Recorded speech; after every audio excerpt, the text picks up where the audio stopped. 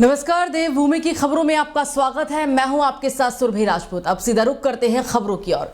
लोकसभा प्रत्याशी तय करने के लिए गठित कांग्रेस स्क्रीनिंग कमेटी की बैठक में प्रारंभिक तौर पर उत्तराखंड की सभी सीटों पर 40 नामों पर चर्चा की गई। हरिद्वार के दावेदारों में प्रदेश अध्यक्ष करण माहरा का नाम भी शामिल हो गया है। पूर्व सीएम हरीश रावत के साथ ही हरक सिंह रावत इस सीट से दावेदार बताए जा रहे हैं और इसके साथ ही पूर्व सीएम हरीश रावत, नेता विपक्ष यशपाल आर्य, पूर्व प्रदेश अध्यक्ष प्रीतम सिंह और गणेश गोदियाल को भी अलग अलग सीटों से मजबूत प्रत्याशी के रूप में देखा जा रहा है। प्रदेश अध्यक्ष करण माहरा ने कहा है कि इस बैठक में उत्तराखंड की 5 सीटों के लिए करीब 40 संभावित प्रत्याशियों के नामों पर चर्चा की गई। साथ ही अंकिता भंडारी हत्याकांड, भर्ती घोटाला, अग्निवीर जैसे स्थानीय मुद्दे भी जोरदार तरीके से उठाने पर चर्चा की गई है।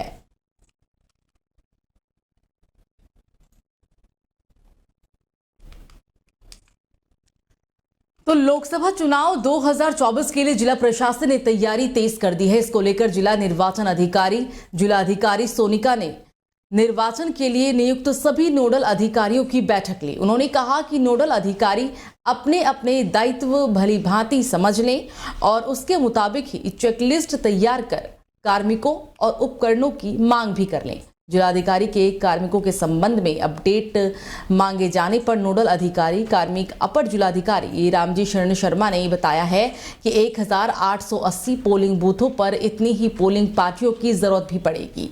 साथ ही 193 पोलिंग पार्टियों को रिजर्व में रखा जाएगा। उन्होंने कहा है कि पोलिंग पार्टियों के लिए रिजर्व कार्मिकों के साथ 10,380 कार्मिकों की आवश्यकता होगी। साथ ही 39 जोनल मजिस्ट्रेट, 223 सेक्टर मजिस्ट्रेट तैनात किए जाएंगे। इसके अलावा 10% जोनल और 10% सेक्टर मजिस्ट्रेट रिजर्व में रखे जाएंगे। उन्होंने जानकारी दी है कि 9,000 से ज्यादा कार्मिकों का विवरण प्राप्त हो गया है। हालांकि 17 विभागों से अभी जानकारी नहीं मिल पाई है, जिन पर जिलाधिकारी के निर्देश के क्रम में ही संबंधित के विरुद्ध FIR दर्ज करने के निर्देश भी जारी किए जा चुके हैं।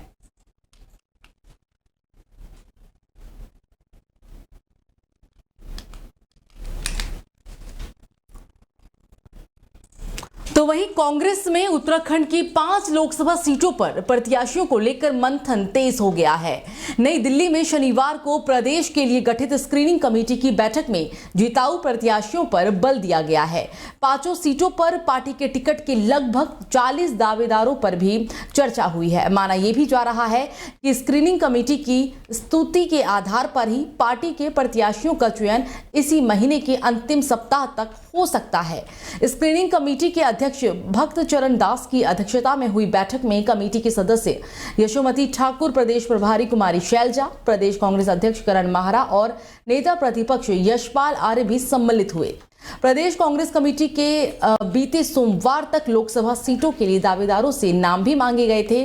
प्रदेश संगठन को लगभग 40 दावेदारों के नाम मिले थे और इससे पहले बीते 10 फरवरी को 2 दिन के दौरे पर आई प्रदेश प्रभारी कुमारी शैलजा ने पार्टी के विधायकों, पूर्व सांसदों के साथ ही वरिष्ठ नेताओं के साथ अलग अलग बात कर पार्टी के संभावित प्रत्याशियों के संबंध में फीडबैक भी लिया था।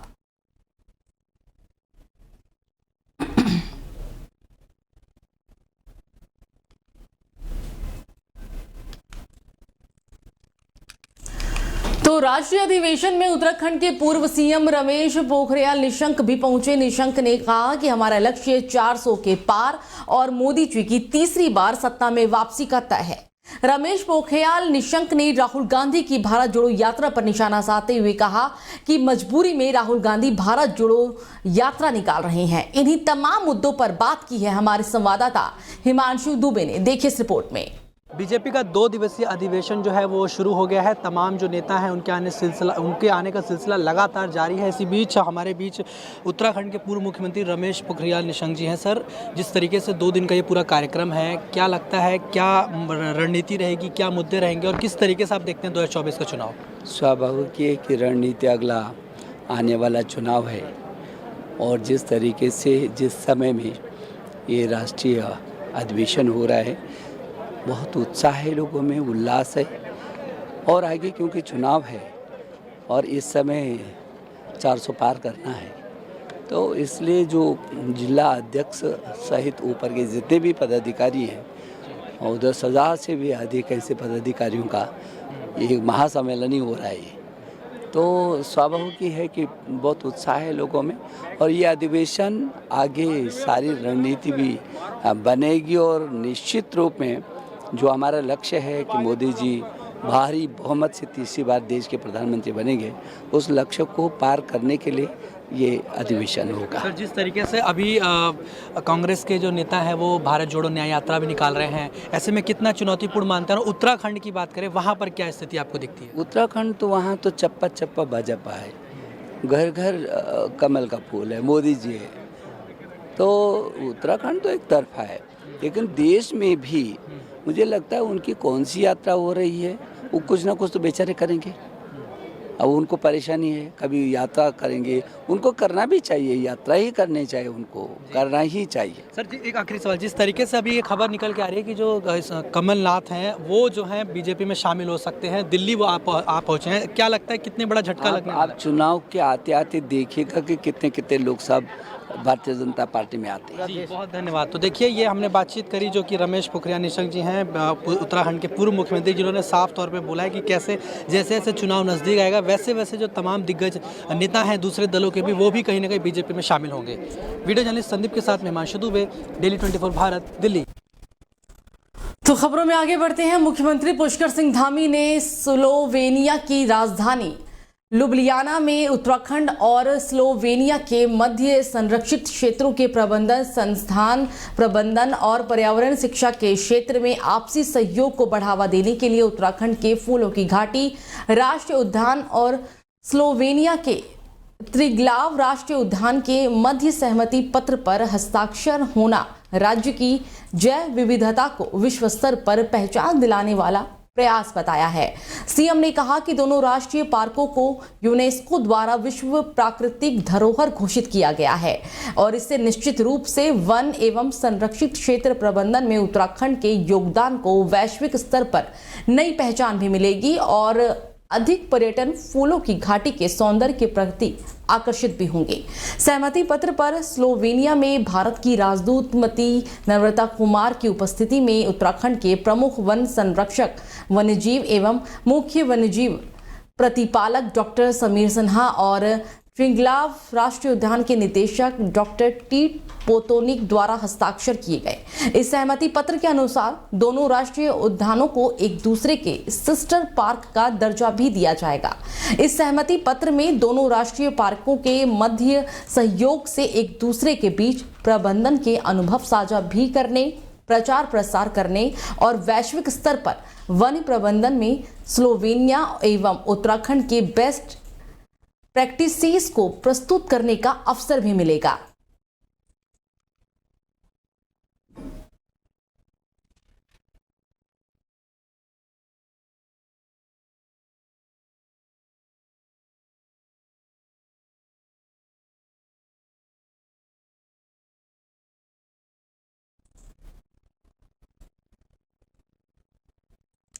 तो उत्तराखंड में एक बार फिर बारिश के साथ बर्फबारी होने की संभावना है। मौसम विज्ञान केंद्र ने उत्तरकाशी, चमोली, रुद्रप्रयाग, बागेश्वर और पिथौरागढ़ जिले में बिजली चमकने के साथ ओलावृष्टि का येलो अलर्ट जारी कर दिया है, जबकि इन जिलों में 3,500 मीटर से अधिक ऊंचाई वाले इलाकों में बर्फबारी के आसार भी हैं। मौसम विज्ञान केंद्र की तरफ से जारी पूर्वानुमान के अनुसार 18 से 20 फरवरी तक मौसम बदलने के आसार भी हैं, जबकि 21 फरवरी को भी प्रदेश के कुछ जिलों में बारिश और ओलावृष्टि की संभावना है। फरवरी की शुरुआत में साल की पहली बर्फबारी शुरू हुई थी।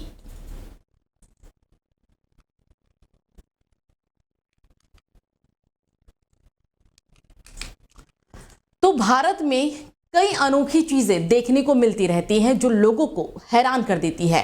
मूली तो आपने कई बार देखी और खाई भी होगी। मूली के कई हेल्थ बेनिफिट्स भी होते हैं।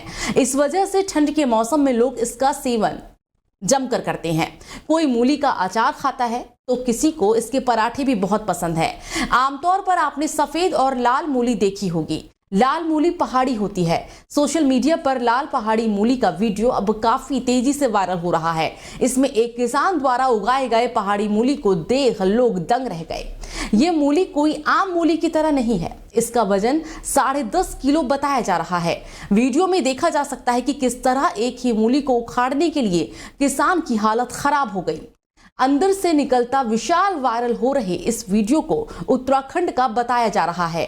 इसमें एक किसान अपने खेत में लगे मूली को उखाड़ने की कोशिश करते हुए नजर आ रहा है।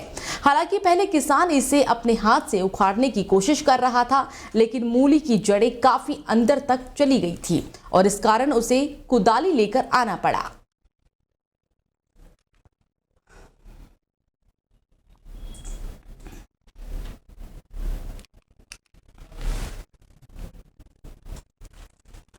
तो श्रीनगर हाईवे के पास बीते 10 सालों से डाला जा रहा शहर भर का कूड़ा अब लोगों के लिए नासूर बन गया है। कूड़े की समस्या से जूझ रही जनता पिछले लंबे समय से कूड़ा निस्तारण की मांग भी उठा रही है, लेकिन नगर पालिका कूड़े को जलाकर एनजीटी के नियम कायदों का माहौल उड़ा रही है। कूड़े की समस्या से निजात पाने के लिए जनता ने कई आंदोलन किए, लेकिन फिर भी कूड़े की दुर्गंध से जनता को निजात नहीं मिल पाई।